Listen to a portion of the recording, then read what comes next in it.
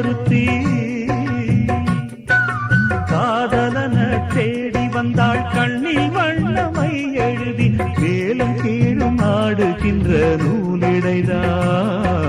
மீண்டும் மீண்டும் நான் படிக்கும் நூலகம்தான் நாளெல்லாம் மீண்டும் மீண்டும் நான் படிக்கும் நூலகம்தான்